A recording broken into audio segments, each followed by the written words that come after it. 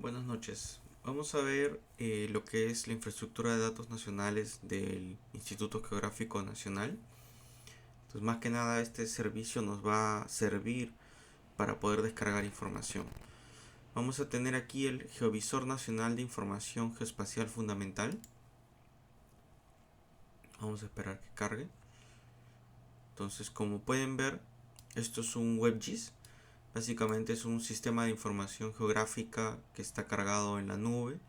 Como pueden ver, se ve el mapa del Perú, se ven las diferentes regiones. En el lado izquierdo vamos a tener una zona de diferentes capas y herramientas que vamos a trabajar. La primera es capas operacionales, donde tenemos una serie de carpetas y podemos ver que está marcado límites administrativos. Entonces, si le damos un clic a la cabeza de flecha, vamos a ver límites cartointerpretables y límites referenciales.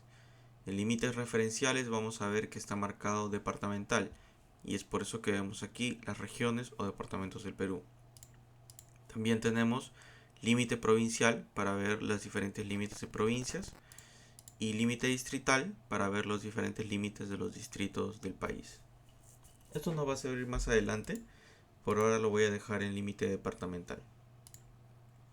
Bien, ahora nosotros vamos a tener lo que es el cuadro de empalmes. Por ejemplo, aquí tenemos diferentes escalas. Van a notar escala 1 en 500.000, 250.000, etc. Lo que ocurre es cuando uno trabaja un mapa, tenemos una escala de trabajo en base a cómo queremos que se vea la información a nivel de detalle y también la representación cuando se imprime en una hoja del tamaño A0. Entonces, 1 en 500.000 va a significar que un centímetro medido en la hoja impresa de tamaño A0 representa 500.000 centímetros en el mapa, en el territorio nacional, es decir, ¿no? Entonces, si yo tengo 1 en 5.000, significa que un centímetro que yo mido con una regla en mi mapa impreso va a representar 500.000 centímetros en el territorio o 50 metros en el territorio. Por ende, voy a tener más detalle cuando tengo un valor de escala más pequeño y menos detalle cuando tengo un valor de denominador de escala más grande. Aquí, por ejemplo, se encuentra marcado 1 en 100.000. Voy a poner 1 en 500.000. Entonces observen que según esto, si yo tengo una escala de 1 en 500.000, yo debería trabajar mapas de estos tamaños. Como pueden ver, cada cuadrante va a representar un mapa diferente. Si trabajara en 1 en 250.000, noten que los cuadrados se han hecho más pequeños. Cada cuadrado grande se ha dividido en 4 pequeños. Ahora 1 en 100.000, como pueden ver, tenemos cuadrados muy pequeños. Y aquí también ya vamos a encontrar de que esos cuadraditos están codificados, ¿no? Van a notar que las filas están por número, fila 19, fila 20, fila 21, fila 26 y las columnas también. Entonces por este lado vamos a tener por ejemplo el A y deberíamos tener hasta la Z, que me parece que no llega a la Z, vamos a ver. Sí, miren, justo llega hasta la Z. Bien, entonces normalmente nosotros vamos a trabajar información en esta escala 1 en 100.000. Sin embargo, también vamos a notar que hay escalas mayores. Por ejemplo, 1 en 50.000, vamos a hablar un poco de esto, pero no vamos a trabajar. 1 en 25.000 y 1 en 5.000, que ya son cuadritos muy pequeños, áreas muy pequeñas, deberían corresponder a mapas de este tamaño, ¿no? Que abarquen ese territorio. Bien, entonces ahora qué información vamos a descargar. Aquí por ejemplo nosotros tenemos diferentes escalas. Perú 500K, obviamente es Perú en escala de 1 en 500.000. Perú 100K, Perú en escala de 1 en 100.000. Vamos a trabajar con este. Vamos a aperturar la carpeta y vamos a ver que tiene toponimia, cultural, transporte y comunicaciones, hidrografía, fisiografía y vegetación. Nosotros en este curso vamos a trabajar específicamente fisiografía e hidrografía. Sin embargo, los otros pueden servir, por ejemplo, transporte y comunicaciones. Vamos a notar aquí que tenemos carreteras, caminos de herradura, algunos caminos no asfaltados. En verdad, cuando uno hace una planificación de muestreo, esta información puede ser útil porque yo puedo generar una área buffer. Eso quiere decir yo puedo generar un área de referencia alrededor de la carretera, que es donde yo me puedo movilizar, ¿no? Entonces cuando uno quiere planificar, por ejemplo en tiempo, quizás estamos dispuestos a caminar 1 kilómetro alrededor de la carretera, podemos generar esa área y verificar si realmente intersecta con las zonas de muestreo que yo necesito. Bien, aquí en hidrografía vamos a tener una red de drenaje, una red básicamente por donde fluye el agua a través del relieve. Entonces, por ejemplo, vamos a ver aquí en el caso específico de Matucana, cerca de Santa Eulalia. Miren, tenemos aquí el distrito de San Mateo de Otao. Se encuentra aquí.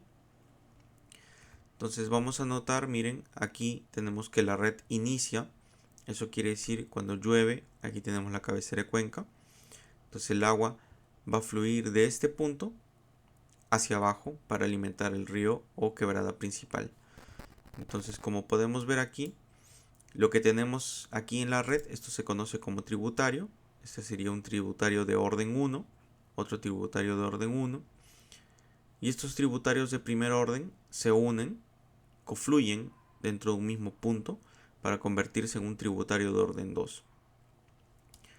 Aquí pasa exactamente lo mismo. Miren, tenemos un tributario de orden 1, un tributario de orden 1, confluyen y aquí se convierte en un tributario de orden 2. ¿Por qué? Porque las aguas que se están mezclando aquí están cargadas de sedimentos. Estos sedimentos provienen básicamente de un origen en orden similar. Entonces, al mezclarse van a tener una carga mayor y más heterogénea. El problema viene a ser cuando tenemos un tributario de orden 2. Por ejemplo, esta línea vendría a ser un tributario de orden 2. Y aquí, como está iniciando el flujo, tenemos que es un tributario de orden 1. Un tributario de orden superior, cuando se mezcla con un tributario de orden inferior, siempre domina el orden superior. Eso quiere decir que en esta línea, aquí el orden 2 se mezcla con un orden 1 y este sigue siendo un orden 2. Lo mismo pasa aquí, un orden 1 con un orden 2 continúa siendo un orden 2. Sin embargo, miren aquí, ese tributario de orden 2 llega a este punto y estos tres tributarios de orden 1, cuando se mezclan, cuando uno o más tributarios del mismo orden se mezclan, solo elevan en un nivel su orden. Eso quiere decir que aquí tenemos una mezcla de 3, pero este tributario es de orden 2. Y ahora sí, este tributario de orden 2 se mezcla con otro de orden 2, dos del mismo nivel se mezclan y forman un tributario de orden 3. Y aquí va a seguir fluyendo un orden 3, básicamente.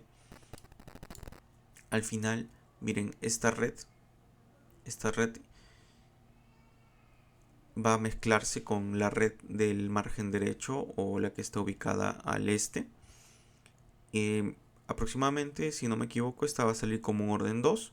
Acá se va a mezclar con un orden 3 y por lo tanto lo que va a fluir en esta quebrada principal va a ser un tributario de orden 3, que está compuesto por todos los sedimentos que han sido erosionados y arrastrados en cada uno de estos tributarios. Obviamente han habido parte de esos sedimentos que han quedado en todo el flujo.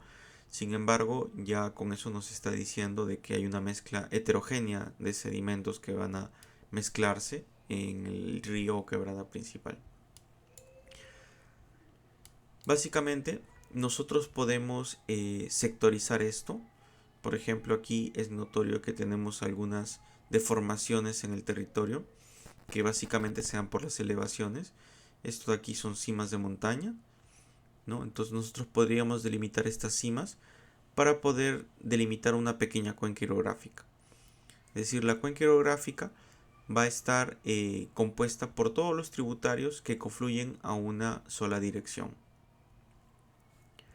Hay diferentes tamaños de cuenca hidrográfica. Esta va a ser una microcuenca hidrográfica porque solamente está formada por dos tributarios principales, ¿no? El nivel de complejidad puede incrementarse y como consecuencia al final podemos tener grandes cuencas hidrográficas, como es la cuenca hidrográfica, gran cuenca hidrográfica del Pacífico, que confluye al Océano Pacífico, la del Amazonas, que confluye al Atlántico, y en nuestro caso también la del Titicaca, que va a fluir hacia el lago Titicaca. Bien, entonces esta información después la vamos a descargar para trabajarla, corresponde al sector de hidrografía. Y ahora vamos a ver lo que es fisiografía. Noten que aquí la marca sale en agua y no se observa, entonces si yo le doy zoom, conforme voy acercándome un poco más, va a empezar a aparecer, ¿no? Son tantas curvas de nivel, estas líneas se conocen como curvas de nivel, que es un poco complicado observarlas cuando estamos a gran distancia. Entonces vamos a notar aquí, por ejemplo, que aparecen unos puntos. Estos puntos son ubicaciones, sitios dispuestos en el mapa que están georreferenciados. Eso quiere decir que aquí hay coordenadas X, Y, que pueden ser coordenadas geográficas, cuando la unidad de medida de distancia son grados, minutos y segundos, o en este caso coordenadas proyectadas o planas, que vendrían a ser para nosotros las UTM, cuando tenemos que el sistema de distanciamiento es los metros. Adicionalmente, este punto, aparte de sus coordenadas, recuerden, sus coordenadas le va a permitir ubicarse en una posición en el espacio, tiene una característica más, que es la elevación. Entonces, este valorcito que vemos aquí, 414, es la elevación o la altitud en metros sobre el nivel del mar. Entonces, este punto en conjunto se conoce como cota. Su nombre en fisiografía es cota, que es una ubicación georreferenciada que tiene información de la elevación del territorio. Se puede tomar con GPS en campo, sin embargo el GPS normalmente nos da la posición de elevación del elipsoide de la Tierra. En cambio, cuando tenemos por ejemplo un barómetro o un GPS que tiene barómetro, nos va a dar la información ya del geoide, por lo tanto es una altitud, una elevación corregida. Como podemos ver, aquí hay varios puntos, cada uno de estos son cotas diferentes. Y estas cotas se pueden utilizar para construir estas líneas que pueden ver aquí. Estas líneas de color marrón se conocen como curvas de nivel por un método que se conoce como interpolación, que generalmente se hace una interpolación por triangulación. No vamos a detallar sobre eso. Nos permite, a partir de varios puntos, generar, ¿no?, una línea que continúe sobre todas las cotas del mismo valor de elevación. Recordemos de que una línea solamente es un conjunto de puntos puestos en secuencia. Entonces, esta línea, todo el trayecto de esta línea está compuesto por puntos, por cotas, que tienen el mismo valor de elevación, que en este caso son 600 metros sobre el nivel del mar. En el caso de la fisiografía, o bueno, en este caso del relieve a 100K, 1 en 100.000, las curvas de nivel se distancian cada 50 metros. Y vamos a notar, observen aquí, que tenemos aquí algunas líneas que son más oscuras que otras. Las líneas oscuras se conocen como curvas maestras y las líneas que son más delgadas y más claras se conocen como curvas secundarias. Las curvas maestras, en el caso de la carta 1 en 100.000, se encuentran cada 200 metros de distancia en elevación, y las secundarias cada 50 metros. Esto se hace más que nada con un efecto visual, porque si todas las curvas se encontraran con el mismo grosor e intensidad del color, sería un poco difícil observarlo, se vería muy saturado. Entonces, para que el diseño sea un poco más amigable para el usuario, se hace esta división en curvas maestras y secundarias. Bien, vamos a ver aquí. Por ejemplo, miren, yo tengo aquí una curva de nivel que dice 1000, por lo tanto esta línea tiene, todo el trayecto de esta línea tiene 1000 metros sobre el nivel del mar. Y aquí tengo otra curva que dice 800, significa que esta tiene 800 metros sobre el nivel del mar. Estas dos son más oscuras, por lo tanto son primarias, y como pueden ver, sí, el trayecto entre curvas, hay más curvas aquí. Si decimos son cada 50 metros, esta de aquí sería 80, esta que es más transparente sería 850, 900, 950 y la última 1000 metros sobre el nivel del mar. Entonces se cumple de que en verdad las curvas de nivel a este nivel de escala están cada 50 metros, pero que las que están marcadas en color más oscuro, su distanciamiento en elevación entre ellas es de 200 metros. Curvas maestras, curvas secundarias, curvas maestras y curvas secundarias, aquí las más delgadas. ¿Para qué se utiliza esto? Se utiliza para tener una perspectiva del relieve. Aquí, estas curvas de nivel están relacionadas con la pendiente.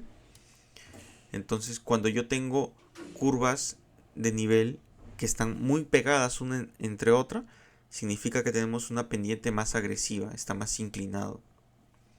Por ejemplo, aquí podemos ver de que esto está muy pegado uno con otro, significa que tenemos una ladera, generalmente una zona inclinada. En cambio, cuando tenemos curvas de nivel como en esta zona, por ejemplo, miren, muy distanciadas unas con otras, lo que tenemos es una zona plana. Entonces, generalmente, alrededor de los ríos, por lo menos los ríos que están desembocando hacia la selva, vamos a tener esto que desembocan en zonas planas. También, por ejemplo, si nos vamos a la costa del Perú, vamos a notar que en estas zonas las curvas de nivel se encuentran más distanciadas entre ellas porque estas zonas son planas, y conforme nos acercamos a la sierra vamos a encontrar que las curvas de nivel se encuentran mucho más pegadas entre ellas porque tenemos zonas con ladera de montaña, zona donde la pendiente es mucho más agresiva. Bien, ahora esta información, ¿cómo la vamos a utilizar? En verdad vamos a utilizarla para poder hacer un sectorizado del relieve. Eso lo vamos a ver en otra sesión. Sin embargo, aquí les voy a explicar cómo se hace la descarga. Miren, aquí hemos visto en capas operacionales cómo se visibiliza todo esto, ¿no? Entonces la idea es yo ubicar, por ejemplo, un distrito o un departamento o lugar que a mí me interesa descargar información. Por ejemplo, voy a colocar aquí a nivel de provincia. Me interesa, por ejemplo, aquí, esta provincia, Tayacaja. Entonces yo lo estoy viendo aquí en el mapa. Voy aquí a la sección herramientas y tengo aquí una serie de herramientas. Voy a utilizar esta que dice extracción 100K.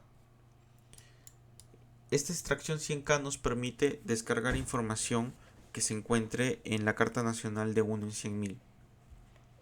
Entonces yo puedo seleccionar qué cosa quiero extraer.